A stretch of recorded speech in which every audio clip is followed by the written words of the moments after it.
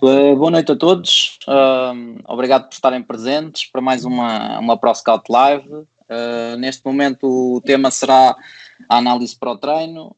Temos dois convidados, que é o Pedro Boças, neste momento é treinador adjunto responsável pela parte da análise no Santos, e o José Carlos Monteiro, que é analista no Desportivo das Aves. Força, Pedro. Oi, boa noite, agradeço o convite para estar aqui hoje com vocês e ainda para mais ao lado também do meu grande amigo José Carlos. Zé Carlos, força. Bom, antes de mais, boa noite a todos. Antes de mais, agradecer o convite que me foi formulado pela ProScout. Cumprimentar-te a ti, Ricardo, cumprimentar também o meu amigo Pedro, e é um prazer estar aqui e vamos partilhar as nossas ideias e as nossas vivências do dia-a-dia, e falar do jogo, que é aquilo que mais nos apaixona. Muito bem. Então vamos só aguardar aqui um bocadinho para o pessoal entrar. Aproveitar para dizer à malta para nos seguir nas nossas redes sociais, Facebook, Twitter, Instagram, no site da ProScout também, onde partilhamos muitos conteúdos, não só nesta fase da quarentena. Temos um trabalho bastante intensivo nesta fase, com os relatórios da Bundesliga. Passem pelo site para analisar. E podemos passar à primeira pergunta. Já fizemos aqui um compassozinho de espera. E era basicamente para saber como é que vocês têm trabalhado neste período de confinamento, as dificuldades que têm tido, e se o trabalho tático de análise de vídeo com os atletas, mesmo que seja num processo mais individual, se entendem que o mesmo produz efeitos, não existindo o treino a seguir para o jogador conseguir aprender a fazer. Pode começar o Zé Carlos agora. Olha, em relação a esse tema, dizer-te que o período de confinamento para nós já terminou. Nós já chegamos hoje ao final da terceira semana de trabalho, tendo em vista aquilo que será o regresso das competições muito, muito em breve. Respondendo diretamente à tua questão, eu creio que tudo é válido no futebol. Respondendo àquilo que tu me perguntaste, durante este período de confinamento, preocupei-me essencialmente em ver os nossos jogos todos para trás, aqueles que tínhamos efetuado. Já os tinha analisado na altura em que os fizemos, mas tornei a vê-los. Procurei também, neste tempo de confinamento, ir procurando observar os adversários que nos vão seguir, aqueles adversários mais próximos que nós possamos analisar com maior profundidade. É evidente que depois, agora com os jogos a regressarem, o contexto é diferente, os contextos são totalmente distintos, não há adeptos nas bancadas, há toda uma série de contextos diferentes que temos que nos adaptar. Em relação às sessões de vídeo com os jogadores, não o fizemos, tivemos outro tipo de preocupações, mas internamente, dentro da equipa técnica, todos nós tivemos como função analisar os nossos jogos de forma livre, cada um fez aquilo que é o seu trabalho, teve perfeita liberdade de escolha para ver os nossos jogos, para voltar a refletir naquilo que são as nossas ideias de jogo, aquilo que fizemos bem, aquilo que fizemos mal, e essencialmente nesse aspecto, neste tempo de confinamento, foi aquilo que nós fizemos. Olha, desde que tudo parou, não houve assim muita coisa para fazer. Nós parámos imediatamente a seguir ao jogo com o São Paulo. Foi feita a análise a esse jogo, eu tratei da análise ao nosso jogo, que é algo que nós damos muita importância, a análise da nossa equipa, com o intuito de chegar o mais rápido possível ao nosso modelo de jogo. E depois a verdade é que não houve trabalho de vídeo com os jogadores. O que nós fizemos, ou o que eu fiz, e faço em conjunto com o professor Josualdo, é vermos muito futebol e vamos retirando alguns lances específicos que nos interessam. Estamos a construir aqui uma espécie de uma biblioteca, eu com o professor, não só para irmos estando também ao corrente daquilo que se faz, que eu considero que hoje em dia é algo muito, muito importante, mas também para ficarmos aqui com uma base de dados que nos poderá ser útil e quem sabe um dia mais tarde também possamos partilhar com toda a gente. Portanto, o que nós fizemos foi um pouco aquilo que fez o José, ver muitos jogos para trás, não só nossos, mas muitos jogos dos campeonatos europeus também, sempre com o intuito de não apenas de retirar prazer a ver futebol, mas tal perceber tendências e armazenar algumas informações que possam eventualmente ser úteis no futuro, seja para mostrar bons exemplos ou maus exemplos, seja às nossas equipas ou até apenas como partilha de conhecimento, que é algo que o professor também gosta muito de fazer. Okay. Tirando isso, não houve muito mais para fazer. Ok, então na fase normal, como é que funciona a vossa semana de trabalho? Em que momento da semana é que apresentam os primeiros vídeos, os primeiros exercícios no treino começam a ser introduzidos relativos à análise que fizeram no jogo anterior? Como é que funciona a vossa semana? E a partir de que momento, não tem que existir uma data ou um momento específico, mas em que zona da semana é que começam a introduzir alguns conteúdos relativos ao adversário? Pode começar o Pedro agora. Olha, nós as semanas são muito diferentes na competição no Brasil. Há semanas que jogas à terça, outras à quarta, sempre com jogo ao sábado ou domingo, e portanto, como tem sido raro termos um jogo de 7 em 7 dias, já aconteceu, mas é raro. Posso dizer que logo em janeiro, quando começámos a competição, fizemos 5 jogos em 10 dias, 11 dias, uma coisa assim. E portanto, temos algumas coisas que se repetem, mas não um padrão demasiado vincado. Depende também daquilo que o professor entende ser melhor para aquele contexto específico.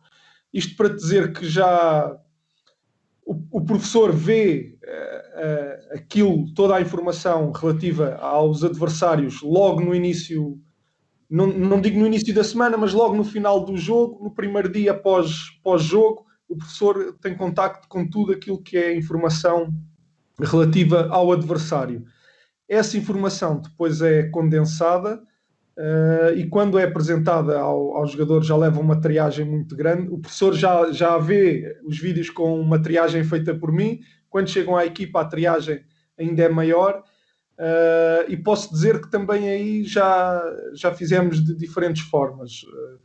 Muitas vezes acontece no dia do próprio jogo, embora a equipa já tenha conhecimento por aquilo que vivenciou, por aquilo que experimentou no treino, já tenha conhecimento de alguns comportamentos dos adversários, mas várias vezes fazemos mostramos o adversário à equipa no dia do próprio jogo, mas também já aconteceu fazermos em jogos que por algum motivo o contexto acabou por tornar ou por nos fazer entender que seria importante ver antes do treino estratégico que iríamos fazer, verem os tais comportamentos. Também já aconteceu ser alguns dias antes, mas a verdade é que não temos um padrão que sigamos sempre de forma ríspida. Depende um bocadinho daquilo que o professor considera ser o melhor em cada semana de trabalho. Portanto, para uma semana de trabalho podemos sentir que é bom que a equipa veja o jogo ou que veja o adversário 2 ou 3 dias antes, e há outras semanas de trabalho que sentimos que os bastam ver no dia do próprio jogo. Até porque nós valorizamos naturalmente bastante essas questões, mas valorizamos bastante mais a análise que fazemos à nossa própria equipa, porque é essa que nos ajuda a chegar ao nosso modelo de jogo. Isso é o mais importante, sobretudo quando não há muito tempo para treinar, como é o caso da realidade brasileira, e o vídeo é uma ferramenta muito importante para ajudar os jogadores a chegarem mais rápido àquilo que são as nossas ideias, e portanto centramos-nos mais naquilo que é o nosso processo do que no processo adversário.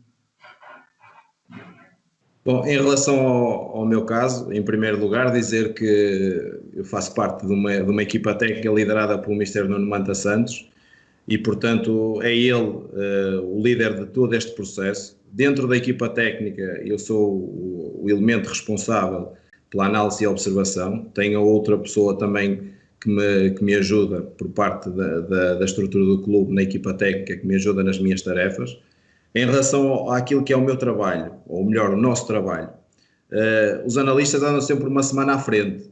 Portanto, quando acaba o jogo, logo que acaba o jogo, o treinador, no fim do jogo, o nosso treinador, tem logo no seu poder a análise do adversário seguinte, em bruto. Ou seja, nós entregamos tudo aquilo que achamos que é pertinente para que chegue até ele e para que ele possa analisar. Porque, como referi bem, o nosso treinador é alguém que dá muita importância na área da análise. Portanto, tudo aquilo que diz respeito à análise, seja da própria equipa, seja do adversário, seja coletivamente, seja individualmente, o nosso treinador dá muita importância a isso. E, portanto, uma das coisas que nós temos em vista é não falhar em qualquer momento. Portanto, no final de cada jogo, o nosso treinador tem que ter a análise do próximo adversário na sua posse. Durante a semana vamos conversando, vamos apresentando o adversário, vamos trocando ideias entre todos, entre mim e o treinador principal com a restante equipa técnica, entre todos vamos trocando ideias. E durante essa semana vamos também filtrando aquilo que achamos que é o mais importante de mostrar ao adversário. Em relação ao padrão de mostrar os vídeos, depende muito. Tanto poderá ser um vídeo só com um compacto já filtrado com aquilo que nós achamos que é mais importante mostrar aos jogadores, um vídeo de 10 minutos, 8, 10 minutos, como poderá acontecer fazermos sessões mais partidas, por assim dizer. Imagine, tentando ter sempre alguma ligação com o treino. O que é que eu quero dizer com isto? Imaginemos que, por exemplo, a sessão de treino desse dia, nós queremos trabalhar a nossa organização defensiva. Como vamos contrariar a primeira fase de construção do adversário? Então, antes de ir para o treino, mostramos clipes do adversário na sua fase de construção e de como podemos contrariar. No dia seguinte, imaginemos nós que queremos trabalhar a nossa primeira fase de construção. Então vamos mostrar clipes, imagens de vídeo do adversário, como é que eles direcionam a pressão, como é que se posicionam, como é que posicionam o seu bloco, como é que orientam a pressão. Tudo isso é feito é feita essa triagem. Portanto, tudo isso depois depende muito da sensibilidade do nosso treinador. Ele é que decide quando é que deve ser mostrado os vídeos, de que forma é que devem ser mostrados os vídeos. Portanto, ele é o líder de todo o processo e nós só temos que seguir as suas indicações. E é como te digo, tanto pode ser feito de forma faseada durante a semana, como mediante a sensibilidade dele e as suas decisões, chegarmos ao final da semana e mostrarmos apenas um compacto do adversário. Depende muito daquilo que é a sensibilidade, daquilo que é o contexto onde nós estamos, da análise que nós fazemos, de como podemos chegar aos jogadores, que isso é muito importante. Muitas vezes não é só mostrar o vídeo, é perceber se eles têm disponibilidade para ouvir e de que forma é que podemos chegar até eles, de forma a que a mensagem passe. Tudo isso é muito importante. Agora, como o Pedro referiu e bem, nós também não temos um padrão muito específico de dizer assim, olha, o vídeo é neste dia. Não, depende muito. São situações que dependem muito do contexto em si, da semana de trabalho, do resultado, dos últimos resultados, tudo conta. E, portanto, depois o nosso líder, o nosso treinador é que decide de que forma é que os vídeos vão ser apresentados, e já aconteceu ter vídeos apresentados de 5, 10 minutos, como já aconteceu ter vídeos apenas de 3. Já aconteceu ter um vídeo de 8 minutos, um compacto com os 4 momentos do jogo, como aquilo que eu já referenciei, apenas de um momento do jogo, tendo em conta aquilo que nós vamos treinar. Portanto, temos sempre essa ligação, no mostrar dos vídeos, temos sempre essa ligação com aquilo que vamos treinar, com aquilo que o adversário faz, para tentar haver aqui uma interligação com aquilo que podemos esperar no jogo. Ok. Vamos já abrir aqui um bocadinho às questões das pessoas que nos estão a ver. Temos agora aqui uma questão do Francisco, que vai ser para os dois. Tem que ser o primeiro, gostou de abrir os comentários. Vamos começar por ele. E a pergunta dele é basicamente como é que foi feito o período de preparação para o contexto brasileiro, a nível da análise de jogadores e jogos da época passada, e exatamente o mesmo para o Aves, tendo em conta que a equipa técnica entrou no meio da temporada, como é que foi feito este processo na preparação a meio da época, no caso do Aves, e no caso do Santos no início da época? Olha, no nosso caso as coisas aconteceram de forma rápida. Portanto, nós comprometemos com o Santos no final do ano e passado 8, 9 dias tínhamos de nos estar a apresentar no clube. Portanto, o que fizemos nesse período foi ver uma série de jogos da temporada passada, procurando perceber dinâmicas coletivas do trabalho que era feito para que não deitássemos à rua aquilo que de bom o Santos fazia, e ao mesmo tempo também perceber as qualidades individuais dos jogadores. E vimos jogos do Santos, mas também fomos depois, com o intuito de analisar do ponto de vista individual, ver jogos de alguns jogadores que estavam emprestados e que iriam regressar no início da temporada. Iriam e acabaram por regressar. Para além disso, foi recolher muita informação, com base nos Instats, nos iScouts, recolher muita informação quantitativa e depois aquela que mais despertava a atenção, ir procurar ver se por vídeo, por imagem, e procurar ver se correspondia. Depois foi um bocadinho construir num PowerPoint aquilo que era o nosso plantel, tendo por base aquelas nossas avaliações em função dos jogos que vimos, mas também tendo sempre presente que em poucos dias e haver jogos só com câmara fechada, que são aqueles jogos que estão disponíveis nos Instats e nos iScouts, já há muita coisa que nos podia escapar. De qualquer das formas, chegámos a um clube que tinha o plantel determinado, não havia muito espaço a alterações e, portanto, também não era assim tão determinante ou tão fundamental nós identificarmos determinados pormenores, porque eles não iriam mudar independentemente de nós estarmos com essa vontade ou não. E, portanto, o processo foi um bocadinho assim, foi ver muito futebol, recolher uma série de dados estatísticos para perceber também se depois tinham relevância ou não com aquilo que era a realidade, e depois, quando começas a trabalhar, começas a conhecer verdadeiramente os jogadores e a perceber aquilo que eles te podem dar ou não. Bom, eu respondendo vou pegar um bocadinho com aquilo que o Pedro disse. Eu acho que só depois de começares a treinar os jogadores é que começas realmente a conhecê-los. No nosso caso, nós saímos do nosso anterior clube e entramos numa fase em que o campeonato estava parado. Portanto, tivemos ali 2 semanas para poder trabalhar, impor as nossas ideias, e durante esse tempo, até ao primeiro jogo, e durante esse tempo tivemos também a oportunidade de ir observar jogos anteriores do Desportivo das Aves, fazer algumas análises individuais dos jogadores, perceber os pontos fortes deles, os pontos menos fortes, até mesmo tendo em conta aquilo que era depois a construção da nossa forma de jogar, também tendo em conta um bocadinho as suas características. Portanto, tivemos muita atenção a isso, fomos ver jogos do Desportivo das Aves, ver que tipo de abordagem poderíamos ter na equipa, como poderíamos mexer neles, não só em termos emocionais, mas sobretudo em termos técnico-táticos. E pronto, e foi muito por aí. E depois, lá está, em 2 semanas tu tens que chegar e seres o mais rápido e conciso possível para que chegares ao primeiro jogo preparado, para conseguires dar logo uma boa resposta. E foi isso que nós fizemos, um pouco como o Pedro disse, tentamos retirar o maior conhecimento possível da realidade do Desportivo das Aves, não só em termos coletivos, mas também em termos individuais, e penso que as coisas sucederam dessa forma, mas só depois de vermos os jogadores a treinar, o comportamento deles em treino, e depois também em jogo, e com o passar do tempo, é que vamos conhecendo realmente os jogadores e vamos ajustando algumas ideias também em função daquilo que eles nos podem dar. Ok. Portanto, numa situação e na outra, foi basicamente olhar para aquilo que tinham e procurar potenciar o que tinham, muito mais do que ir à procura fora, tendo em conta os constrangimentos do contexto.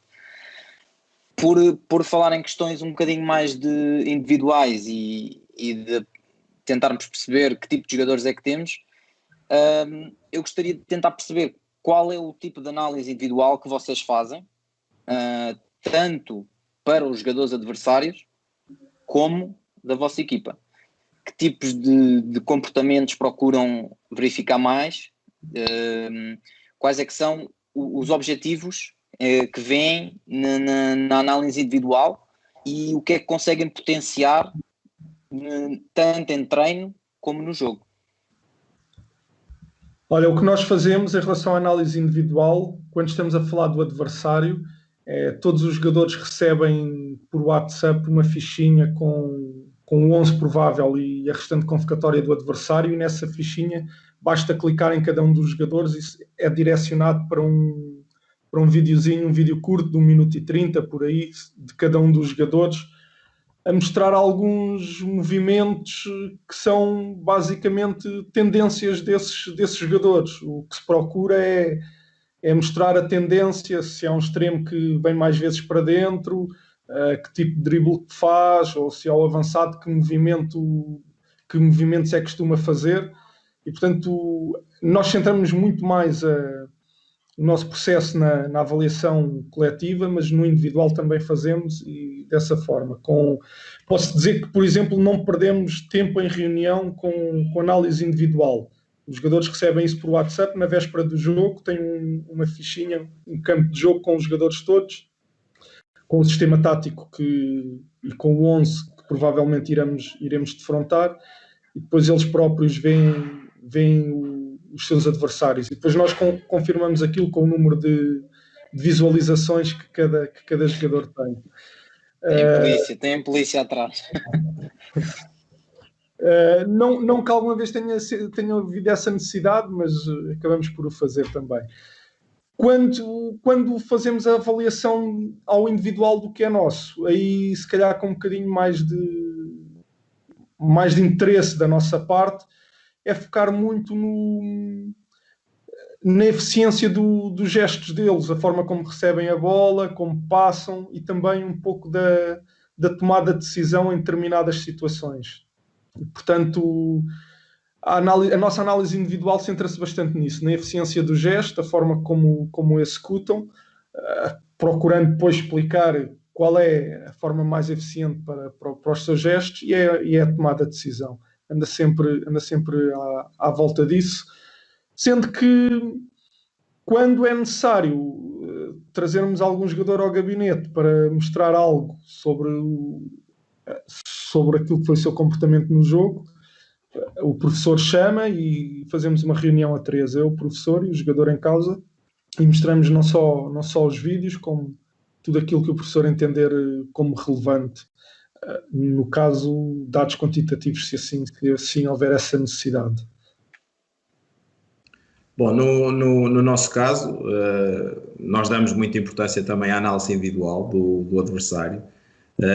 Todos os jogadores recebem por e-mail um ficheiro com as informações relevantes do adversário, pontos fortes e pontos fracos, e também um vídeo curto em que podem observar aquilo que são os movimentos padrão, as tendências do seu adversário direto, o adversário que podem encontrar na sua zona. Esse trabalho é feito pelo Rafael, uma pessoa que também trabalha comigo e que me auxilia, e que, tendo o jogo ao domingo ou ao sábado, por norma 2 dias antes do jogo, envia para os jogadores por e-mail, para que eles possam ver. Depois vem a questão que o Pedro referenciou, e bem, e que tu chamaste de polícia, mas não é bem polícia, é perceber se os jogadores realmente veem aquilo ou não. Nós temos de ter a consciência de que temos que fazer o nosso trabalho e fazê-lo bem feito, ou seja, proporcionar aos jogadores as melhores condições para que eles consigam chegar ao jogo e terem um rendimento a top como nós desejamos. Se depois eles vão ver o vídeo ou não, isso já parte deles. Nós não temos como perceber se eles veem realmente os vídeos ou não, mas o nosso trabalho nós temos que o fazer. E, portanto, 2 dias antes do jogo, os jogadores sabem que vão ter no seu e-mail um vídeo da análise individual do jogador que podem enfrentar na sua posição ou dos potenciais jogadores mesmo que podem enfrentar na sua posição. Em relação à análise individual da nossa própria equipa, tem também muito a ver com aquilo que o Pedro diz. Depende muito da sensibilidade do nosso treinador, que pode chegar à nossa beira e dizer: eu preciso da análise individual deste jogador, quero perceber como é que ele esteve no seu processo defensivo e no seu processo ofensivo. Pode ser uma análise individual de toda a equipa mediante aquilo que foi o jogo passado, como pode ser uma análise apenas de 2, 3, 4 elementos mediante a escolha dele. Como disse, ele é o líder do processo, ele é que define e nós temos que o fazer. Mas damos muita importância à análise individual e gostamos muito de ter a consciência de que o nosso trabalho, mais do que feito, é bem feito. E, portanto, não gostamos que cheguem à nossa beira e que nos digam: isto aconteceu porque nós não recebemos o vídeo deste jogador, isto aconteceu porque nós não apresentamos o vídeo do adversário à equipa. Portanto, não gostamos que nos apontem o dedo, gostamos de fazer o nosso trabalho de forma competente, de forma a garantir que os jogadores e a equipa técnica, toda a gente estamos todos preparados para o adversário do fim de semana seguinte. Pegando agora nesses comportamentos individuais que tanto um como o outro dão bastante relevância, eu gostaria de saber como é que funciona a passagem de analisarmos, percebemos quais é que eram os erros individuais dos atletas, micro, macro, e de que forma é que os passam para o treino. Se das experiências em que têm estado, se optam mais por exercícios setoriais adequados mais à posição do atleta, ou numa coisa que, por exemplo, o Pedro fala muito, que é os tempos que o jogador demora a orientar a bola, de que forma é que fazem este trabalho? Se optam por exercícios mais gerais, em que naturalmente esses momentos estão incutidos, mas se calhar não com a frequência que o jogador precisa, ou num processo mais individual com o atleta, num trabalho específico no final do treino, incorporado se calhar com outros atletas que tenham os mesmos problemas. Como é que fazem este processo? Pode acontecer, no nosso caso, pode acontecer das duas formas. O mais padronizado, por assim dizer, é nós percebemos os erros dos nossos jogadores ou as coisas que eles fizeram bem e depois tentar transportar para treino, muitas vezes de forma setorial, intersetorial, até chegar ao grupal. O que também não invalida que haja esse ênfase também no treino mais individual, no final de um treino, pegar num jogador e chamá-lo à parte e trabalhar certas determinadas situações. Isso acontece perfeitamente. Mas muitas vezes aquilo que acontece na análise que nós fazemos é perceber aquilo que aconteceu e muitas vezes chegar à beira do jogador. Nem é necessário muitas vezes mostrar o vídeo. Chegar à beira do jogador. O jogador tem muita consciência do que faz. Tem um ego muito grande, mas tem consciência também do que faz. E sabe que muitas vezes quando nós lhes vamos dizer alguma coisa, eles muitas vezes podem querer contrapor, mas nós temos uma prova, que é o vídeo. E, portanto, se nós tivermos que chegar a isso, o jogador sabe que vai ficar um pouco desarmado. Mas, portanto, o que é que eu quero dizer com isto? O jogador sabe aquilo que faz no jogo, sabe os erros que comete, podem não os querer admitir ou não ter o ego suficiente para os querer admitir, mas sabe aquilo que faz.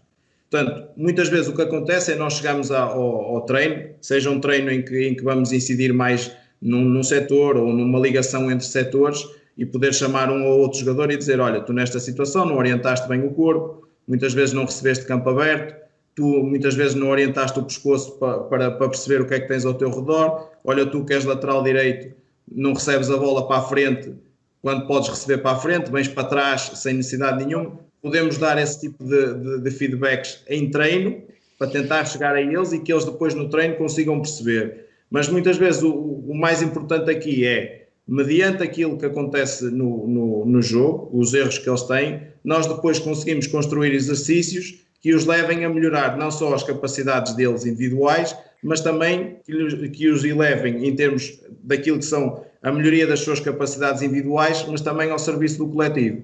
E penso que é um pouco por aí.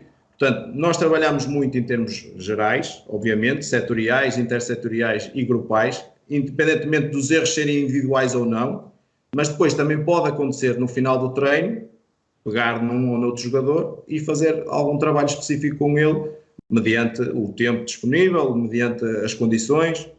É tudo um bocadinho, depende tudo sempre um bocadinho do contexto, mas fazemos as duas situações sem qualquer tipo de problema. Parte muito da sensibilidade daquilo que... Mas não deixamos, atletas... mas atenção, não deixamos de analisar, de ver e de chamar a atenção ao jogador. E ele tem que perceber que errou, da mesma forma, quando faz as coisas bem, nós também temos que chegar à beira dele e reforçar positivamente aquilo que ele fez bem.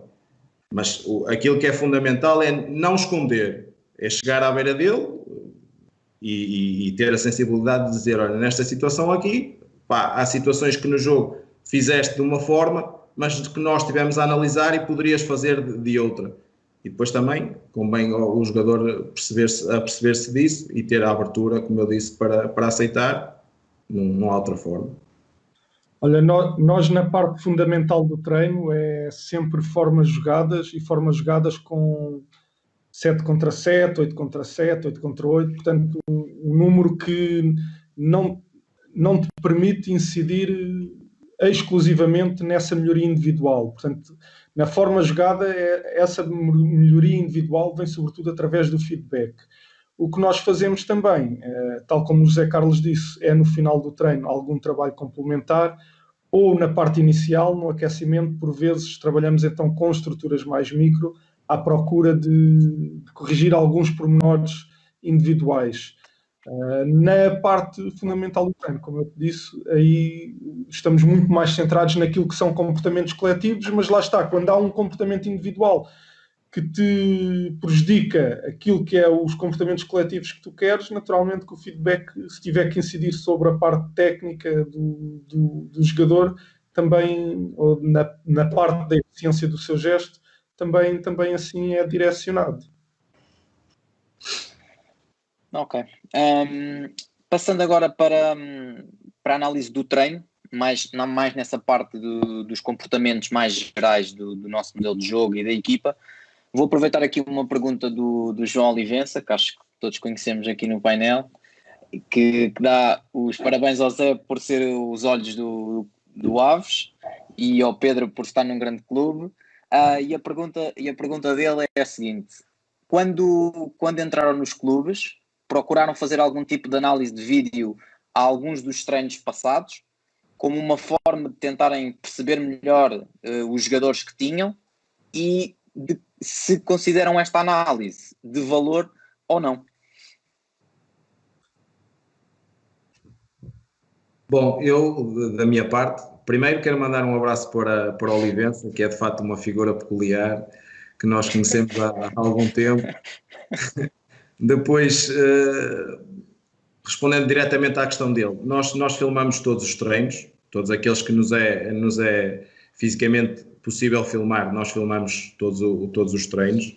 Depois há certos e determinados exercícios que nós fazemos a sua própria análise, tendo em conta aquilo que é o nosso modelo de jogo, as ideias que queremos passar para os jogadores, e tendo em conta os objetivos do treino. Depois aquilo que é o mais importante na análise do mesmo treino é perceber se realmente os objetivos desse exercício foram cumpridos, se os jogadores se assimilaram os processos e aquilo que nós queríamos passar para eles, e perceber o que foi feito de bem e o que foi feito de mal para poder corrigir mais à frente. E muitas vezes já aconteceu situações de nós analisarmos, por exemplo, imaginemos um jogo que nós sentimos que vamos ter mais bola do que o adversário e que vamos passar a grande parte do jogo em ataque posicional. Já aconteceu muitas vezes nós tirarmos imagens da nossa equipa em treino, a trabalhar a organização ofensiva, seja da primeira fase de construção, seja a partir da segunda fase de construção, situações dessas com sucesso para lhes poder mostrar. Portanto, tudo aquilo que envolve a análise a análise, seja do jogo, seja do treino, para nós tem muita, muita importância. E, portanto, em relação a esse fato que tu falas da análise do treino, tem a sua importância. Eu não te vou dizer que nós analisamos todos os treinos e que analisamos todos os exercícios, até porque o tempo, e o Pedro sabe, tu também saberás, o tempo para os analistas não é muito. Eu acho que os analistas, se pudessem, tentariam acrescentar mais horas ao dia àquilo que o dia pode nos dar. Eu não te vou dizer, é como eu te digo, eu não te vou dizer que nós filmamos, não, analisamos todos os exercícios de treino, não é verdade. Mas aqueles que nós achamos que são fundamentais, tendo em conta aquilo que é a nossa ideia de jogo e aquilo que nós queremos passar para os jogadores, e para nós percebermos realmente os comportamentos que nós exigimos em certos e determinados exercícios, se os jogadores conseguiram cumprir e conseguiram perceber, isso para nós é fundamental, sim. Começando pelo início, os treinos da temporada passada estavam disponíveis. O clube tem a sua base de dados, assim como terá quando nós sairmos os nossos treinos guardados para eles. Mas nós sentimos que não era muito elegante ir pedir os treinos de outro treinador e, portanto, não analisámos treinos, analisámos jogos relativamente ao ano passado. Aquilo que nós fazemos este ano é assim, gravamos todos os treinos e, por vezes, esses treinos são também utilizados como forma de procurar melhorar e forma de procurar não só chegar ao nosso modelo de jogo, mas até já aconteceu, por exemplo, nós mostrarmos na palestra do jogo aquilo que foi o treino estratégico para reforçar o que fizemos no treino de véspera do jogo. Quando quisemos reforçar o que fizemos, mostramos não apenas o comportamento do adversário, mas depois aquilo que nós fizemos no treino e que era o que queríamos fazer no jogo também, para que os jogadores pudessem ver aquilo no próprio dia, para terem bem presentes aquilo que era a estratégia de jogo. Portanto, utilizamos bastante o treino, embora não substitua os vídeos dos jogos. Esses são aqueles em que as análises são mais aprofundadas, até porque o jogo dá-te o jogo formal, dá-te 11 contra 11 e o processo de treino não te dá o jogo formal. Portanto, o processo de treino ajuda-te a corrigir algumas coisas e nós também o fazemos, mas estamos muito mais centrados na análise ao jogo. Relativamente aos momentos do jogo, muitas vezes a dificuldade não está naquilo que está mal e errado e difícil de analisar. Muitas vezes o problema está na maneira como conseguimos corrigir no treino. E eu gostava que vocês conseguissem partilhar, na vossa opinião, das experiências que têm tido, qual é o momento do jogo em que vocês sentem que um plantel, ou depende do contexto onde estão inseridos, tem mais dificuldades em assimilar as correções do treino. Porque nota-se perfeitamente que muitas das vezes não é um problema de análise, porque as pessoas conseguem identificar e vê-se que tenta-se melhorar, mas muitas vezes é no treino que existe esse problema. E eu gostava que vocês conseguissem partilhar de que forma é que tentam contrariar estas situações. Pode começar o Pedro agora. Olha, eu não consigo isolar um momento apenas que tenha mais dificuldade, porque como o jogo se interliga todo e a nossa visão do jogo é precisamente essa, muitas vezes tu estás a identificar um erro na tua organização ofensiva porque aquele mau comportamento ou aquele mau posicionamento vai ter repercussão na transição defensiva. Ou seja, estás a corrigir um momento porque aquele erro te vai prejudicar no momento seguinte. Portanto, é difícil isolar um só momento nem como mais importante, nem como mais difícil de treinar.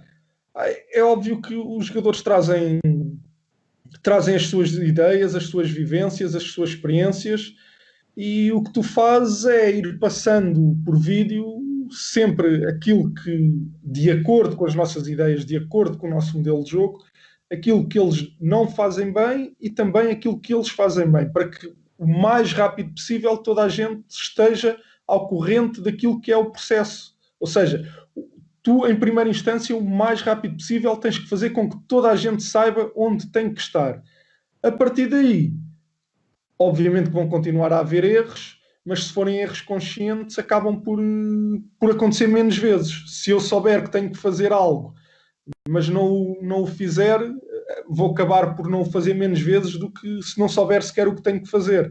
E, portanto, a análise aos momentos é muito isto, é centrada no chegar mais rapidamente ao nosso modelo de jogo, a que os jogadores compreendam mais rapidamente o nosso modelo de jogo, e a partir do momento em que toda a gente está a falar a mesma linguagem, continuamos obviamente a apontar erros e a mostrar caminhos corretos, mas sabendo que quando essas coisas acontecem de forma pontual é menos grave, a menos que te custe o resultado também, não é? No nosso caso, eu acho que o Pedro falou aqui de um aspecto importante. O jogo é ligado pelos seus momentos. E eu acho que, independentemente de tudo, o erro vai sempre existir. Por muita correção que tu tenhas, vai haver sempre o erro, vai estar sempre presente. E a nossa função, como equipa técnica, é detectar o erro e corrigi-lo. Mas o erro vai estar constantemente presente e da mesma forma que muitas vezes o erro é identificado, é analisado, depois é corrigido e aparecem outros erros e tu tens que os corrigir, e isto é um ciclo vicioso. E muitas vezes há tantos erros que tu não podes apontar todos, porque depois já é demasiado e tens que escolher aqueles que são mais graves e outros ficam não é? E os mais importantes. Exatamente. Agora, pegando um bocadinho naquilo que o Pedro disse, eu acho que os momentos mais difíceis de corrigir são aqueles que os jogadores têm que decidir, ou seja, são aqueles momentos em que os jogadores têm a bola, porque tu, em termos defensivos, naquilo que é o momento de organização, tu sabes que depende muito de ti, das tuas ideias, e depende depois de eles cumprirem e terem o arcabouço mental e a disponibilidade física para cumprir. Depois, nos momentos com bola, a tua função como treinador é definir posicionamentos, definir rotas de ataque e criar situações e soluções para que o jogador tenha sempre linhas de passe por onde poder decidir. Direita, esquerda, frente, atrás, por aí fora. Mas depois é sempre o jogador que vai decidir. E muitas vezes nós achamos que a decisão do jogador não é a mais correta, mas ele é que está lá dentro e se calhar tem uma justificação diferente da nossa. E tem uma sensibilidade diferente da nossa que estamos cá fora. Nós muitas vezes estamos cá fora e eu, no meu caso, estou num patamar mais alto e muitas vezes vejo situações que digo, mas ele podia ter jogado ali. Mas se calhar vou confrontar o jogador e ele diz-me, olha, mas eu se jogasse ali acontecia assim, eu joguei ali porque pode acontecer isto. Portanto, eu acho que os momentos com bola são os momentos mais difíceis de corrigir, porque envolve a inteligência do jogador, a sua tomada de decisão, porque tu podes definir posicionamentos, podes definir rotas de ataque, podes definir tudo e mais alguma coisa. Movimentos sem bola, movimentos com bola, tudo e mais alguma coisa. Mas depois são os jogadores que vão decidir. Tu podes querer, imagina, uma primeira fase de construção numa saída a 3, com o médio a cair à largura e projetas o teu lateral por fora e o teu extremo por dentro. E uma das situações que queres é provocar muitas situações 2 contra 1 no corredor, ora com o lateral a receber no pé e o extremo a procurar o espaço à profundidade, ora através de tabelas curtas com o lateral a procurar a profundidade. Agora imagina o que é acontecer isso, tu tens lá esses posicionamentos e o médio que te pega à largura, espeta-te um charuto na frente e tu depois, não é? Não sei se me estou a fazer entender. Quando muitas vezes ele tem espaço, pode progredir e pode criar essas ligações que nós queremos no nosso modelo de jogo e naquilo que é a nossa ideia, mas depois o jogador tem uma tomada de decisão diferente.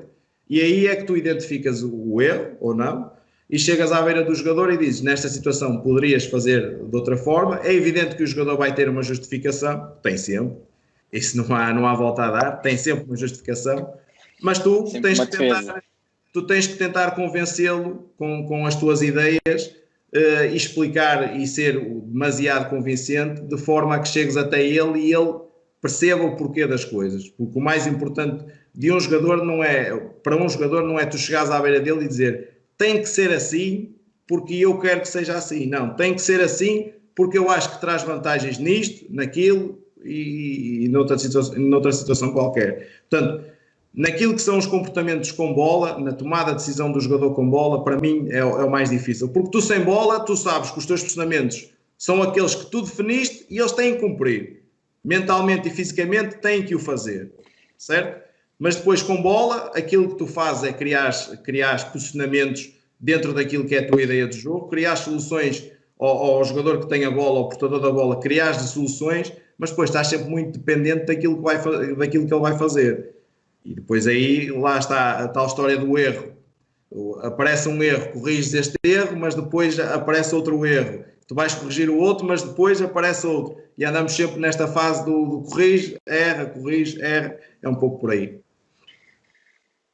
Vou aproveitar uma coisa que falaste aí, Zé, que foi da tomada de decisão do jogador com bola. E eu muitas vezes vejo algumas análises que fazem os jogadores e preocupam-se muito mais em mostrar essas tais soluções, como tu próprio disseste que lá de cima também vias, mas muitas vezes esquecem-se da componente emocional do jogo, de se o jogador no momento anterior falhou um passe, falhou um drible, e eu gostava de saber como é que vocês avaliam essas componentes e se quando fazem análise ou treino do jogo, se têm atenção a essa componente. Porque muitas vezes não vejo análises muito cruas e muito frias àquilo que o jogador faz. E é muito difícil estar dentro do campo, falhar 3 passes, ter a bancada toda a assobiar e a seguir tomar a melhor decisão. De que forma é que esta componente emocional tem peso naquela decisão dos jogadores? Olha, efetivamente isso é algo que pesa bastante. Se estás a ganhar, se não estás, se estás a jogar em casa, se não estás, se estás a ser assobiado ou não, é algo que pesa bastante na tomada de decisão do jogador e até da própria equipa. Portanto, se estás numa situação em que não estás confortável, tens a tendência para jogar mais simples, para fazer as coisas, para não te expores, por assim dizer, para protegeres. Para te protegeres, sim. Agora, eu acredito que o trabalho de um treinador ou de quem avalia continua a ser mostrar-lhe aquela que era a melhor decisão. Obviamente que tu percebes e compreendes o porquê de determinada decisão. Mas se calhar quando mostras a melhor, depende um bocadinho da tua abordagem. Eu acho que uma das características mais importantes de se ser treinador é a sensibilidade. É uma das características mais importantes porque tu lidas com pessoas e ao lidares com pessoas é determinante que tenhas essa sensibilidade e, portanto, uma coisa pode ser tu chegas e mostras, olha, tinhas aqui uma opção muito melhor, mas eu também percebo que naquele momento as coisas não estavam fáceis e jogaste pelo mais seguro, mas de qualquer das maneiras quero que saibas, não sei se identificaste isto ou não, se calhar identificaste, mas preferiste jogar pelo seguro, mas eu quero ter a certeza que tu sabes que esta opção aqui era mais interessante que aquela que tu tomaste. Ou seja, tu quando falas com o jogador, acho que deves sempre mostrar o que é aquilo que era melhor, aquilo que era o caminho certo, mas não te podes colocar numa situação de quem não entende os porquês das ações acontecerem, porque hoje em dia há tantas estatísticas e tanta gente a falar do futebol sem que tenha tido contacto com as emoções que os jogadores expressam e sentem, mas tu quando lá estás tens que ter isto bem presente e é algo que influencia sobremaneira ao jogo. Ainda há pouco tempo li duas pessoas diferentes a falar. O Bielsa disse que na Argentina, se a bola for por cima, os jogadores ouvem logo o broado da bancada, que a malta não gosta, e isso condiciona-os logo desde cedo a jogar sempre pelo chão. E o Guardiola disse que a Inglaterra é muito complicado porque a malta só quer chegar rápido à baliza, e se tu não chegas, se o teu passo vai para trás, o broado já é negativo. E portanto, imagina que tu vais corrigir um jogador na Liga Inglesa que não tomou a melhor opção por ir para a frente. Pá, tu continuas a ter que lhe mostrar o melhor caminho, mas também tens que dizer que percebes o porquê de naquela situação ele não ter tomado a decisão que tu querias, mas também vais deixando, mas é algo que vamos ter que ir mudando para ires ao encontro daquilo que eu quero e não daquilo que vem da bancada. Bom, eu acho que o Pedro já respondeu bem essa questão, não há muito mais a acrescentar. Eu gostaria só de mandar aqui uma pitada de humor para dizer que agora isso não vai ser problema porque os jogos não vão ter adeptos e portanto não vai não vai haver esse tipo de... Agora, já lá vamos. Pois, mas a questão é como ele diz e bem, o ser humano é feito de emoções, todos nós as temos, e os jogadores com a pressão que têm lá dentro, muito mais. É evidente que muitas decisões que tomam no jogo são baseadas por aquilo que muitas vezes é o contexto do próprio jogo, o que se passa cá fora, o resultado, a situação na tabela classificativa. Portanto, o que é que eu quero dizer com isto? Tu podes ter, e é como o Pedro disse, tu podes e deves indicar ao jogador qual é a melhor solução a cada momento, mas depois também tens que entender um bocadinho a parte dele, ouvir um bocadinho a justificação dele, porque os jogadores sentem muito essa necessidade muitas vezes de serem ouvidos, mas nunca deves deixar de lhes mostrar aquilo que é o melhor caminho, aquilo que tu achas que é o melhor caminho, perceber a parte dele, mas não deixar de fazeres aquilo que é o teu trabalho e dizeres aquilo que é o correto. Agora, está sempre muito influenciado por aquilo que é o contexto que o próprio jogo apresenta. Imaginemos um jogador que entra e nós conhecemos esse jogador e até sabemos que é um jogador, em termos emocionais, extremamente confiante, e é um jogador que nas primeiras decisões normalmente arrisca, e entra e arrisca, e as duas primeiras decisões já não saem tão bem. É normal que o jogador perca um pouco a sua confiança e se calhar na terceira ou quarta decisão jogue pelo mais seguro, e se calhar nessa fase não era importante que ele jogasse pelo seguro, era importante que tomasse outros caminhos e jogou pelo seguro. Portanto é sempre um bocadinho difícil de estar aqui a pender na balança, mas é como o Pedro disse, não há muito mais a dizer, ele respondeu muito bem. É importante nós, independentemente de qualquer que seja o contexto, o momento da equipa, do jogador, nós chegamos à beira deles e explicar e dizer quais são os caminhos corretos. Portanto, não fugir à verdade.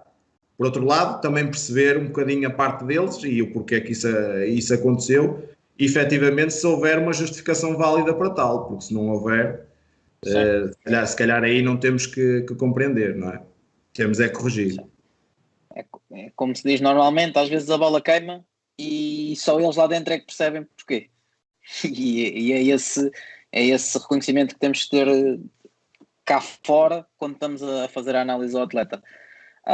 Eu agora gostaria de passar um bocadinho mais atrás nas vossas carreiras, e gostava de saber, no caso do Pedro, no futebol feminino, qual é que era a diferença ele era o treinador principal, como o Zé Carlos era o treinador principal na formação do Lourosa, mas gostava de saber qual é que era a diferença de análise que pedia, neste caso, como figuras principais da equipa técnica, e quais é que eram as implicações que as mesmas tinham no treino. Se existia alguma diferença, natural que exista, tendo em conta os contextos onde os dois estão neste momento, e queria perceber um bocadinho qual é que era a diferença que existia. Olha, quando eu passei no futebol feminino, e não foi há tanto tempo assim, foi há 5 anos, se não estou em erro, há 5 e 6 anos, a informação era muito escassa. Nós não conseguíamos, se não nos deslocássemos ao campo dos adversários para filmar os próprios jogos, nós não conseguíamos ter acesso às imagens dos adversários. Portanto, posso dizer que ao longo dessas 3 épocas de futebol feminino, os jogos ou os adversários que nós analisámos foram os das finais da taça, portanto 3 finais da taça nesses 3 anos, fomos à final em todos os anos, analisámos os 3, e jogos da Liga dos Campeões, porque através de alguns contactos conseguíamos chegar a alguns vídeos. Portanto, foi algo que não fez muito parte do nosso dia-a-dia.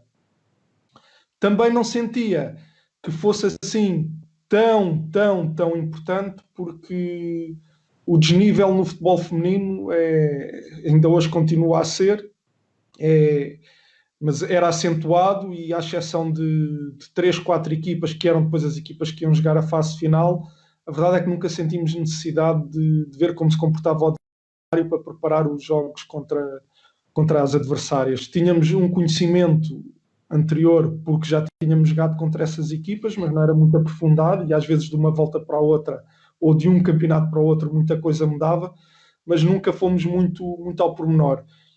Curiosamente, independentemente disso, há 2 vitórias que me ficaram marcadas a mim e à equipa e a toda a equipa técnica, que foram contra equipas que se calhar estavam tão bem ou melhor apetrechadas que nós, e que nós tivemos. Há 2 equipas que claramente tivemos a sensação que vencemos e que não teríamos vencido se não tivéssemos feito essa análise. Foi uma final da Taça, onde acabámos por fazer 2 golos com bola nas costas, de algo que trabalhámos durante a semana, porque percebemos que era uma equipa que tinha alguma dificuldade em determinadas situações no controle da sua profundidade.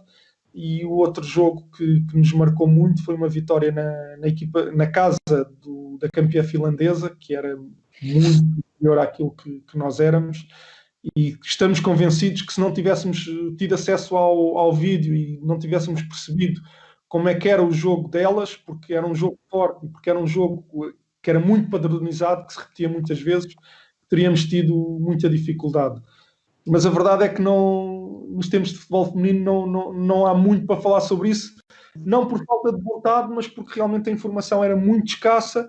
Era um campeonato nacional, todas as equipas jogavam no mesmo dia, portanto nem sequer dava muito para termos alguém a ir, não só em termos financeiros, porque fazer o clube, na altura, o investimento no futebol feminino não era tão grande, e portanto os clubes também não pagavam viagens para tu ires ver um jogo. Depois os jogos também eram ao mesmo tempo uns dos outros, e tornava-se quase inviável que isso acontecesse.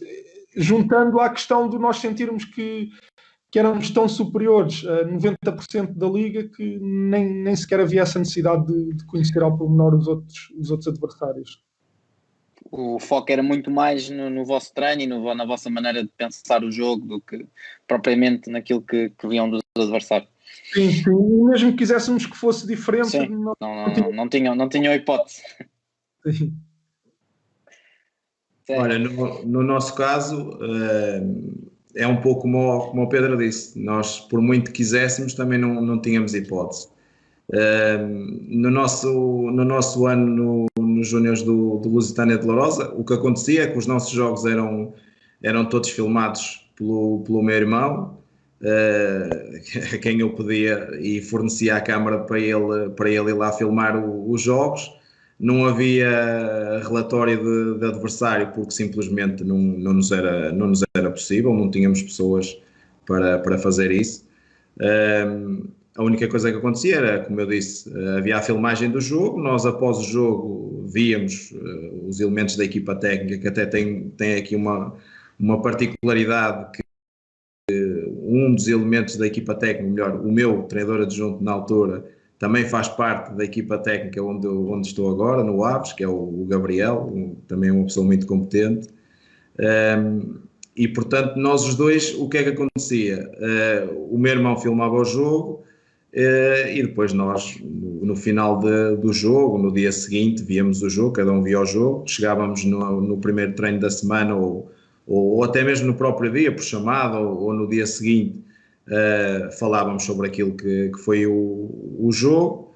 Em relação àquilo que eram os adversários, normalmente os jogos eram todos à mesma hora, naquela altura, e portanto era muito difícil sair de um jogo e ir ver outro, ou se apanhássemos tudo à mesma hora, então era difícil. Mas mesmo que se fosse com 2 horas de avanço, muito complicado era. Éramos poucos elementos na equipa técnica. Nessa fase a análise não era aprofundada. Nós obviamente víamos o jogo, percebíamos aquilo que tínhamos feito bem, que tínhamos feito mal, Não mostrámos aos jogadores porque não tínhamos condições físicas para o fazer, nem tempo, porque a verdade é uma, nessa fase nem eu, nem o Gabriel, nem o meu irmão, que também fazia parte da equipa técnica, ninguém fazia disto vida, ou seja, ninguém fazia disto vida profissional. Eu tinha o meu trabalho, o Gabriel também dava as suas aulas, o meu irmão também andava nas aulas, praticamente não havia muito tempo, para além de não haver recursos, também não havia muito tempo para isso. Agora, depois acontecia a parte mais engraçada, que era contactarmos com outros treinadores que jogavam com adversários e perguntar, olha, como é que joga esta equipa? E eles resumiam, olha, joga em 4-3-3, joga com os laterais mais baixos, com o médio interior, por aí fora. E a partir daí conseguíamos tentar desenhar aquilo que seria o próximo jogo, tentaríamos pensar na melhor estratégia, mas aí, como o Pedro disse, dávamos muito mais importância àquilo que era o nosso treino e pensávamos muito o treino naquilo que era a nossa organização, aquilo que nós poderíamos melhorar na nossa equipa, porque também tinha outra parte, treinávamos 4 dias por semana, muitas vezes não tínhamos os espaços adequados, porque pronto, é o que é, e tínhamos que definir prioridades, e a nossa prioridade era claramente o treino e preparar a equipa da melhor forma para chegar ao sábado, porque os jogos eram ao sábado, com a equipa competente em todos os seus momentos do jogo e a poder lutar pelo resultado. Felizmente as coisas correram bem e isso é o mais relevante e é o mais importante, e são boas lembranças. Claro, e para além de serem boas lembranças, são excelentes partilhas, porque adaptar-nos àquilo que nos é possível é, se calhar, uma das melhores capacidades que todos os treinadores devem ter, independentemente da função que têm dentro de uma equipa técnica. E daí a minha pergunta também, porque muitas vezes as pessoas acham que toda a gente entrou no profissional e nunca teve que se adaptar àquilo que aparece no distrital. Mas não é assim que funciona. Muitas vezes passam por esses contextos, e são esses contextos que, quando chegam ao alto nível, ajudam a resolver muitos dos problemas que aparecem, que às vezes não são assim tão diferentes.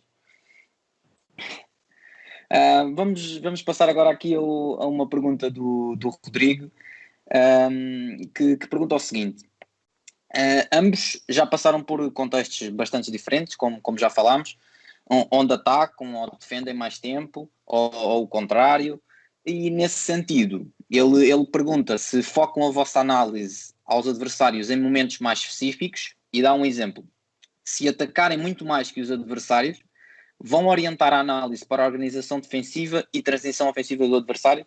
E deixa um abraço para os dois. Olha, um abraço para o Rodrigo, um jovem promissor, que acredito que também brevemente esteja ao nível a que merece estar e que deseja estar. No meu caso concreto, tive a felicidade de passar por equipas, e isso continua agora, que têm sempre as mesmas ideias e as mesmas possibilidades de vencer os jogos. Ou seja, tenho estado em equipas que querem sempre ser dominantes, querem e têm argumentos para isso, porque não basta querer, mas têm argumentos para isso, e portanto essa questão nunca se pôs. Ou seja, nunca estive numa equipa que estivesse a lutar para o ponto, e portanto nunca vivenciei essa situação, e portanto não conseguindo colocar no lugar do outro, não vou dizer que continuaria a olhar só para o lado ofensivo do jogo, ou que continuaria a pensar só nos momentos com bola, porque não passei por isso. Nestes contextos, o que faço com o professor Josualdo e aquilo que fazia anteriormente no futebol feminino é a preparação dessa análise, valoriza todos os momentos por igual.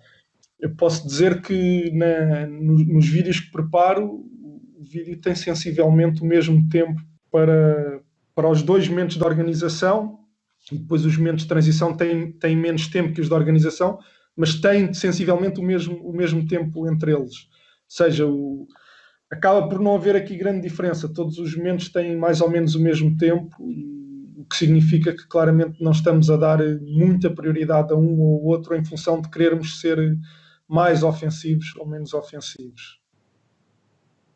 Bom, da minha parte também enviar um abraço ao Rodrigo e agradecer-lhe pela questão.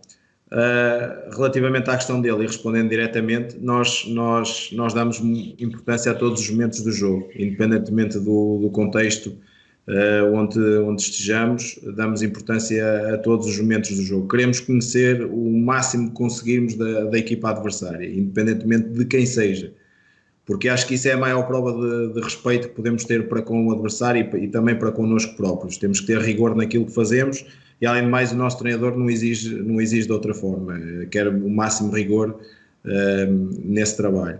Portanto, quando vamos observar um adversário, observamos naquilo que são os seus momentos de organização, ofensiva e defensiva, e nos seus momentos de transição, quer ofensiva, quer defensiva. Portanto, não damos mais importância a um aspecto ou a um ou dois momentos em relação a outros dois.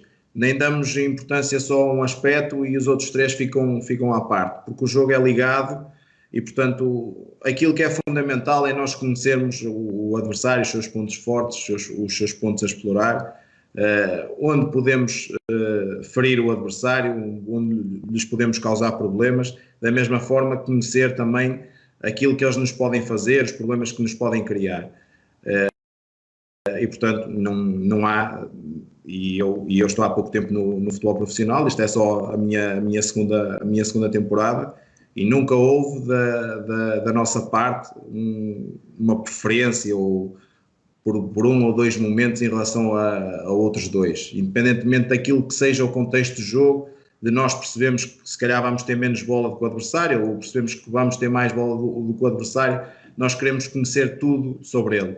A forma como defende, onde posiciona o seu bloco, a forma como transita ofensivamente, se sai de forma vertical, se sai mais à largura, se tenta entrar em ataque posicional, se depois em organização ofensiva se tem um jogo curto e elaborado, se procura mais a profundidade, se procura o jogo exterior ou interior, e depois na transição defensiva, se tem uma transição defensiva pressionante ou se é uma transição defensiva para a organização. É aquilo que nós queremos perceber, para além dos esquemas táticos, defensivos e ofensivos. E aí, cantos, livres, lançamentos, aquilo que pudermos conhecer com o máximo rigor, vamos tentar conhecer, porque nunca sabemos aquilo que podemos esperar do jogo. E eu acho que, sinceramente, se fôssemos escolher um ou dois momentos conforme aquilo que vamos esperar do jogo e deixar outros momentos à parte, se calhar estaríamos a desrespeitar um bocadinho aquilo que era o adversário, e o jogo é tão caótico que nunca sabemos aquilo que podemos esperar. E eu tenho vários exemplos disso, nós, aliás, temos vários exemplos disso nesta temporada. Garantir que a equipa recebe o máximo de informação possível, independentemente das preferências que nos tenham pelo vosso modelo. Não, desculpa, Ricardo. Não é garantir que a equipa receba o máximo de informação possível. É a equipa técnica, nós, equipa técnica, temos sim. Exato, temos o máximo de adversário. Depois a equipa, em relação à equipa e aos jogadores, vamos filtrando aquilo que é o mais importante e vamos doseando a informação com aquilo que achamos que é realmente importante. Mas nós, da nossa parte, damos total importância a todos os momentos do jogo, sejam dinâmicos, sejam estáticos. Ok. Agora temos aqui uma pergunta do Lucas Cordeiro, que pergunta qual é que é a vossa opinião em respeito a equipas que utilizam estratégias específicas para o próximo jogo que não estão contempladas no seu modelo de jogo. Na minha opinião, isso é o normal. Quem não o faz está um passo atrás. Também já ouvi que o modelo de jogo deve ser tão rico que contemple tudo. Eu não acredito nada nisso. Se o modelo de jogo contemplar tudo, está tudo mal treinado, porque o princípio mais importante do treino é o da repetição e, portanto, se tu tens todos os movimentos do mundo, se calhar fizeste uma vez cada um desses movimentos ao longo do teu tempo todo de treino. Se bem que há equipas que treinam mais e outras que treinam menos também. Mas, portanto, não acredito nada nisso do modelo tão rico que contemple tudo e, portanto, naturalmente que é determinante, se queres vencer jogos, é absolutamente determinante que consigas, não alterando todas as fases do teu jogo, ou nem sequer a maioria das fases do teu jogo, mas se nós achamos que a construção é aquilo que define a toada do jogo, é aquilo que te permite depois ser dominante ou não, naturalmente que é importante perceberes como é que o adversário constrói, se tu tens interesse em pressioná-lo na sua construção. E se ele constrói de uma maneira que não encaixa na tua pressão habitual, tu tens que adaptar a tua pressão habitual para ir ao encontro de poderes pressioná-lo e recuperar a bola mais cedo e assumires o jogo. E, portanto, acho que é importante que se perceba que não é mudar tudo, porque se mudas tudo, tu não estás isso não é estratégia. Se mudas todos os teus comportamentos, estás a entrar com um modelo de jogo diferente. É dentro do teu modelo, pegares em uma das 6 fases do jogo, ou vá em 2 das 6 fases do jogo, e alterares alguns comportamentos para conseguires dar melhores respostas àquilo que é o comportamento do teu adversário. Acho isso determinante, assim como também é determinante que se perceba que se tiveres a alterar tudo e a mudares modelo para jogo, acabas também por estar em desvantagem. Eu concordo com aquilo que o Pedro disse. Acho que hoje em dia anda aí uma polémica grande à volta da ideia do modelo de jogo e da estratégia, mas para mim é uma discussão muito, muito estéril. Eu acho, muito sinceramente, que nós somos realmente bons naquilo que fazemos mais vezes. E é importante nós termos as nossas ideias bem definidas naquilo que queremos em cada momento do jogo. Isso é o fundamental. Nós temos as nossas ideias. Agora, não podemos esquecer que também vamos jogar contra um adversário que nos vai analisar da mesma forma que nós também o vamos analisar a ele. E, portanto, nós, pegando na análise que fazemos do adversário, realmente percebemos as suas fraquezas e as suas forças também. Portanto, imaginemos o seguinte: tu até nem constróis a 3, mas vais jogar com um adversário que tem uma primeira linha de pressão com 2 elementos, se calhar já faz mais sentido tu construís a 3. De outra forma que tu, por exemplo, tu tens a tua pressão é uma pressão se calhar mais vertical. A tua primeira linha de pressão é mais vertical e uma pressão não tão lateral. Mas se calhar olhas para o central do lado esquerdo do adversário e percebes que ele tem algumas dificuldades na construção e então se calhar vais orientar a pressão para esse lado para obrigá-lo a expor algumas das suas fragilidades. Portanto, isto é o jogo do gato e do rato. Da mesma forma que eles nos vão analisar a nós também o temos que analisar a eles. E lá está. E depois vem um bocadinho naquilo que eu disse da questão da estratégia. Porque hoje em dia, o que muita gente anda aí a querer propagar é que quando se fala de estratégia, quer-se dizer que é mudar-se tudo. E não tem nada a ver. Mudar-se tudo ou adaptar-se em demasia em função do adversário. E não tem nada a ver. São, como o Pedro referiu e bem, tu olhares para o adversário e pegares em dois aspectos fundamentais e percebes onde é que podes alterar para garantir as tuas forças. Ou seja, para garantir que tu possas ser mais forte do que o adversário nesse momento do jogo. E isso tanto pode ser em termos defensivos, ou seja, na tua organização defensiva e na forma como tu queres defender, mediante aquilo que o adversário te dá na construção, como também pode ser na tua forma de atacar. Tu analisas o adversário, percebes como é que eles se movimentam, como é que a basculação deles funciona, como é que é o tipo de pressão, onde é que são mais agressivos, no corredor lateral, no corredor central, e se calhar direcionar as tuas rotas de ataque tendo em conta muito aquilo que o adversário faz. Não é chegar e mudar tudo de uma vez só porque o adversário apresenta coisas diferentes. Agora, eu continuo também a achar o seguinte: é importante tu teres a tua ideia de jogo bem definida, saberes o caminho que tu queres seguir e teres isso bem definido na tua cabeça. Porque depois o jogo vai-te colocar problemas. E no momento em que o jogo te coloca problemas, aquilo que tu estás agarrado é aquilo que tu trabalhaste mais vezes. Ou seja, a repetição torna o hábito. Portanto, quanto mais vezes tu fizeres aquilo que tu trabalhaste, melhor te vais tornar e, portanto, o teu jogo vai se tornar mais fluido. Depois, tu podes acrescentar 2, 3 pormenores estratégicos, mas depois nunca podes fugir muito daquilo que é a tua forma de jogar. Porque se vais alterar tudo de uma vez, então a tua forma de jogar torna-se avulsa e tu começas a perder um pouco o norte e começas a perder um bocadinho a ideia daquilo que tu fazes. E o mais importante é tu teres a consciência daquilo que tu fazes e perceber que a todos os domingos ou todos os sábados tu vais encontrar um adversário. E esse adversário pode causar milhões de problemas. E eu já assisti a esta época, vou-te dar um exemplo, não vou falar aqui de nomes de equipas, mas vou-te dar aqui um exemplo de nós, por exemplo, no Desportivo das Aves, acharmos que vamos jogar contra uma equipa que nos jogos anteriores todos jogou com uma linha de 4, que chega ao jogo e que no aquecimento está a treinar com a estrutura que tinha treinado e tinha jogado nos jogos anteriores, e começa o jogo e apresenta-te uma linha de 5. Ou seja, com o sistema todo alterado.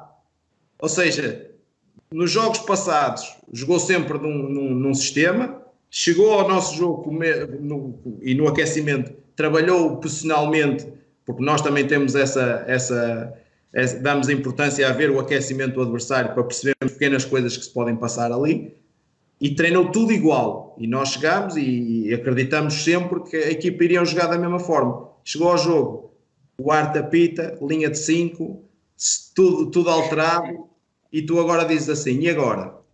E aí entras tu também, lá de cima é mais fácil identificar o que está mudado e comunicar cá para baixo, para cá em baixo perceber mais rapidamente aquilo que se está a passar e se transmitir lá para dentro, não é? E depois, exatamente, e depois vem outra história, que é os seus 4, 5 jogos para trás, ou 6 ou 7, o que tu quiseres, e identificaste que ele jogou sempre naquela estrutura.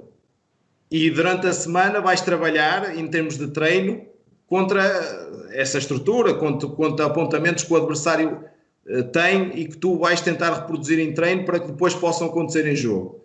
Mas depois chegas ao jogo e o adversário apresenta todo tipo de problemas. E tu como é que resolves? Vais alterar tudo aquilo que andaste a trabalhar durante essa semana para te adaptares ao que o adversário está a fazer no momento? Como é que vais fazer? Parece fácil, mas não é. Em relação agora a isso, temos aqui uma pergunta do João Pedro Magalhães, que pergunta o que é que vocês dão preferência na análise que fazem de vídeo do adversário. Optam ou preferem uma análise mais descritiva ou estratégica? Olha, um abraço para o João. É um prazer estar aqui também a falar com ele. Não, o que nós fazemos sempre é vamos à procura dos padrões. Agora, há alguns truques que nós fazemos e dependendo do jogo ainda mais. Por exemplo, eu não vou dizer qual foi o jogo porque eu não sei quem está a ouvir. Claro. Está bem. Mas houve um jogo em que era importante passar porque nós não estávamos num momento bom e o adversário era o supra-sumo e uma equipa invencível e cheia de armas, e havia a necessidade de passarmos que as coisas não eram bem assim. E isto que eu disse era o que vinha de fora, não era o que nós sentíamos, que era importante que os jogadores se percebessem e sentissem que não era bem assim. E posso dizer que essa foi uma das semanas onde nós vimos com a equipa a análise do adversário uns dias antes do jogo da competição, e posso dizer que houve a preocupação de, mantendo os padrões, ou seja, mostrando os padrões da equipa, mas trazer uma série de lances em que essa equipa foi mal sucedida, ou transições ofensivas com o padrão, mas que depois o passe sai mal, ou a organização ofensiva que está lá os posicionamentos, mas o passe sai para fora, o remate sai para a bancada, ou em organização defensiva está lá a estrutura defensiva, mas está a levar um chocolate de uma equipa que é inferior. E portanto nós trazemos sempre os padrões, mas depois há pequenos pormenores na forma como construímos os vídeos que nos levam até a tentar mexer um bocadinho com aquilo que é a mente do próprio jogador. E, portanto, menos, não tanto da questão estratégica, mais o padrão. E depois, o que nós fazemos quando eu mostro ao plantel aquilo que são os padrões do adversário, o professor entra e é o professor, aliás, o professor não entra, o professor dirige a reunião e vai pedindo para pausar o vídeo e explica, eles fazem isto, nós podemos fazer isto, podemos fazer aquilo, e as coisas vão acontecendo um bocadinho assim. No nosso caso, aquilo que acontece, e um pouco como o Pedro falou, nós procuramos mostrar aquilo que o adversário realmente faz, as suas tendências, os seus padrões, tudo aquilo, quais são os seus comportamentos em cada momento do jogo. Obviamente também procuramos, depois quando vamos apresentar o vídeo aos jogadores, mostrar algumas das suas fragilidades. Lá está, o mexer com o emocional do jogador. Que o jogador perceba que a equipa tem determinado comportamento em cada momento do jogo, mas onde é que os podemos morder, onde é que podemos explorar, que tipo de espaços eles dão. Tudo isso nós gostamos de mostrar aos jogadores. Portanto, não só dizemos aquilo que eles fazem, aquilo que eles são, mas essencialmente apresentamos também algumas soluções, identificamos alguns espaços para que depois os jogadores percebam onde podem ferir realmente o adversário. Mas depois, no jogo, e são os jogadores que vão decidir, nós identificamos os espaços, identificamos as fragilidades do adversário, mas depois lá dentro os jogadores é que vão decidir, é que vão tomar as melhores decisões, é que são eles, no fundo, que dirigem o jogo. Nós identificamos as rotas, direcionamos as nossas rotas de ataque, quer em termos de transição, quer em termos de organização, mas depois os jogadores é que vão definir aquilo que é o jogo. Em relação ao mostrar o vídeo, o Mister é que dirige a sessão. Normalmente quem apresenta os vídeos aos jogadores em termos daquilo que são os momentos dinâmicos do jogo, normalmente essa situação passa por mim, mas o Mister para muitas vezes o vídeo e para chamar a atenção a determinados pormenores, gosta muitas vezes de reforçar muitas vezes aquilo que foi dito, porque são aspectos importantes e ele gosta de reforçar, outras vezes vê coisas que nós não estamos a ver, e esse é um aspecto particular também na vida de um analista, que é o nosso trabalho é ver, muitas vezes ver para lá do olhar, como se costuma dizer, mas não nos podemos esquecer que o treinador principal e a restante equipa técnica também vê o jogo, portanto pode ver as coisas diferentes que nós não vimos. E aí é que entra a fase do debate, a fase da partilha, porque eu acho que só assim é que crescemos. Mas na questão dos vídeos, o Mister normalmente conduz a sessão, eu estou a apresentar o adversário, o Mister quando entende que deve parar para chamar a atenção, reforçar algum aspecto, ou muitas vezes dizer o espaço está aqui, é por aqui que podemos ir, o espaço está aqui, se nós fizermos isto, podemos aproveitar outro tipo de espaços. Portanto, gostamos muito de apresentar aquilo que o adversário realmente faz, mas também as suas fragilidades. Lá está, mexer um bocadinho com o emocional dos jogadores. Os jogadores têm que se sentir confiantes, que vão para jogo com confiança de que podem fazer as coisas bem e conseguir um bom resultado. Eu penso que a pergunta do João, a quem eu também mando um abraço e desejo na maior das sortes na sua experiência agora na Arábia, passava muito também por aquilo que é o nosso trabalho em termos de vídeo. No meu caso específico, nós trabalhamos muito com o vídeo, com os vídeos e também com o relatório de descrição do adversário. Ou seja, não só os vídeos, os compactos, os cortes, como quiserem chamar, mas também com o relatório descritivo do adversário, um PowerPoint, um PDF, com um relatório descritivo do adversário em tudo aquilo que são os seus momentos do jogo, com a descrição exata de cada momento do jogo. Nesse relatório vem lá a identificação daquilo que é o adversário, mas também muitas vezes algumas sugestões daquilo que podemos fazer tendo em conta aquilo que o adversário apresenta. E depois cabe ao treinador e à restante equipa técnica, cabe entre nós decidirmos qual é o melhor caminho a seguir e depois a decisão parte essencialmente dele.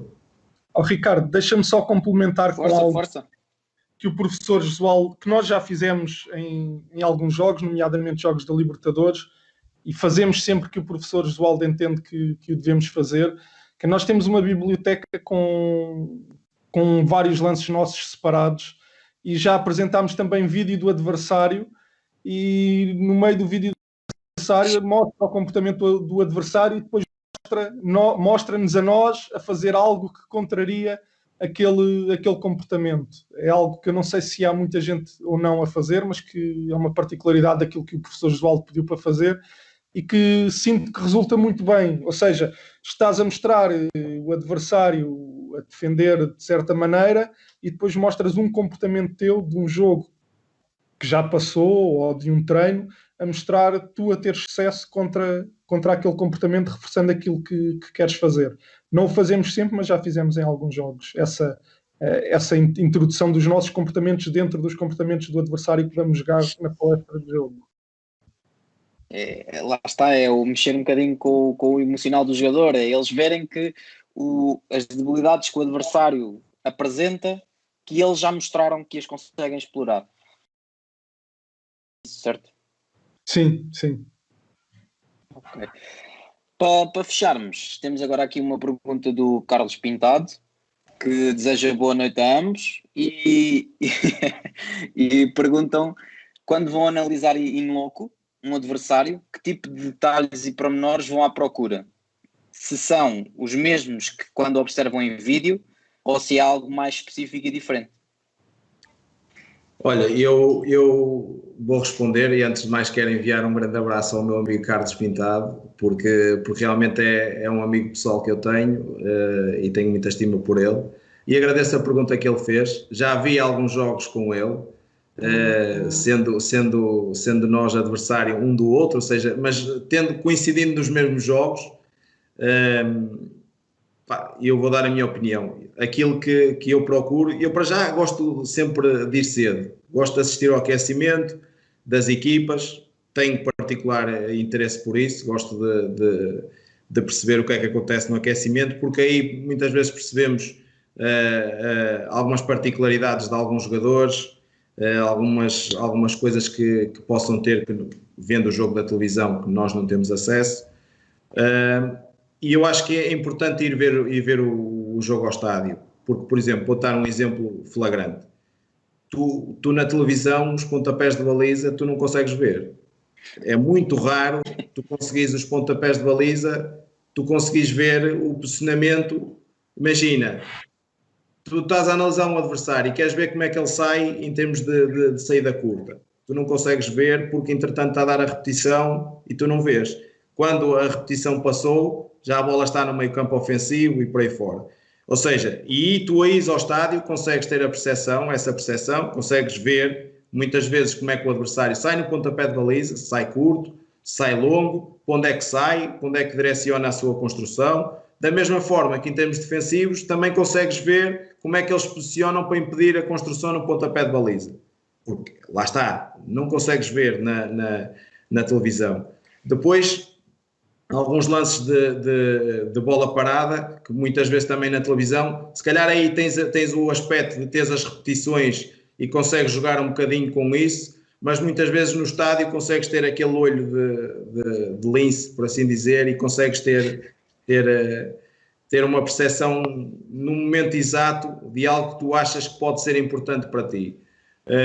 Depois, outras situações, por exemplo, o posicionamento do bloco defensivo do adversário, porque há muitos estádios cujo plano não é tão aberto e muitas vezes tu não consegues ver, só consegues ver muitas vezes, não digo da linha defensiva para a frente, muitas vezes isso não acontece, mas muitas vezes, só às vezes da linha média um bocadinho para a frente, ou seja, não consegues muitas vezes ter noção real do espaço onde está posicionada a equipa em termos defensivos, onde está posicionado o bloco, como se movimenta, por aí fora. Mas essencialmente nessa questão dos pontapés de baliza, eu acho que é fundamental, porque tu, pela televisão, não tens essa noção. E depois, pequenos pormenores que tu, pela televisão, não vês. Uma substituição, um jogador que se calhar tu vês pelas primeiras reações e olhas e dizes, este gajo já está a sair com azia, mas se calhar na televisão tu não consegues perceber.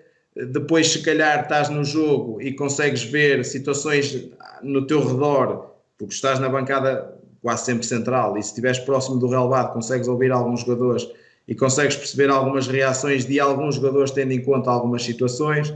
Portanto, há coisas sempre que a análise live, ou seja, em direto, te permite ver que tu não consegues ver na televisão, e pronto, eu acho que é uma grande vantagem. E é pena que agora nesta fase não haja essa possibilidade, porque os jogos vão ser à porta fechada, vamos ter que nos guiar um bocadinho por aquilo que é os jogos na televisão, e muitas vezes, tendo acesso ao iScout e ao Instat, os jogos que lá vêm disponibilizados são os jogos que vêm da televisão, mas isso depois também entra noutra particularidade, que é nós temos relações com os analistas uns com os outros e podemos pedir jogo a um e jogo a outro e ter o plano aberto e conseguimos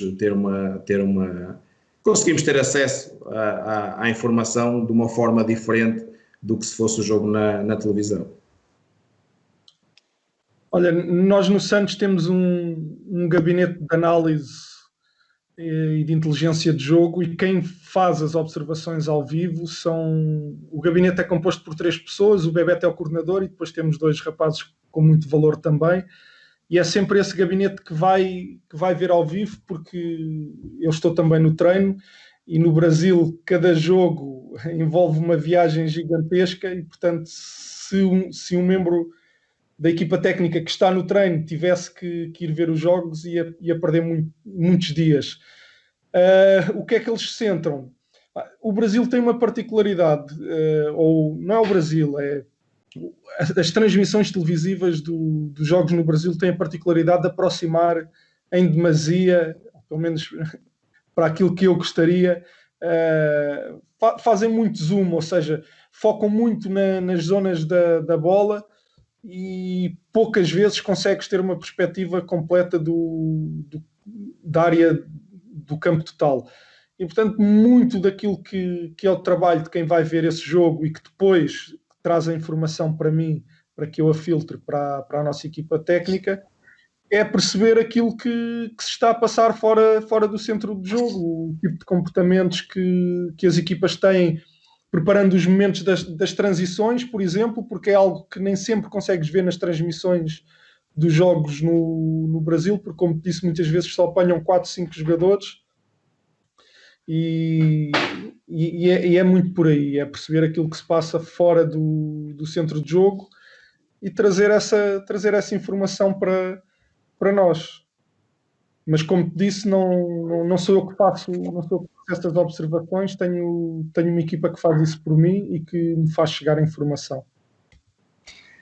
Ok, acho que foi excelente. Queria agradecer aos dois por esta hora e meia de partilha, agradecer a quem esteve connosco, que foram ainda bastantes ao longo de muito tempo, e vai de certeza que haverá mais oportunidades para conseguirmos partilhar outro tipo de experiências. Obrigado, Ricardo, e um abraço para toda a equipa da ProScout. Tenho assistido com muito entusiasmo a todas as vossas lives e foi um prazer estar aqui hoje também. Obrigado, Ricardo, também da minha parte. Quero agradecer mais uma vez o convite que a ProScout me formulou. Foi uma hora e meia muito interessante da nossa parte. Um abraço também ao meu amigo Pedro e a todas as pessoas que nos seguiram, e por fim também dar-vos os parabéns pelo excelente trabalho que têm feito. Tenho acompanhado com regularidade, muita qualidade no vosso trabalho, espero que assim continue e serei sempre um seguidor atento. Muito obrigado.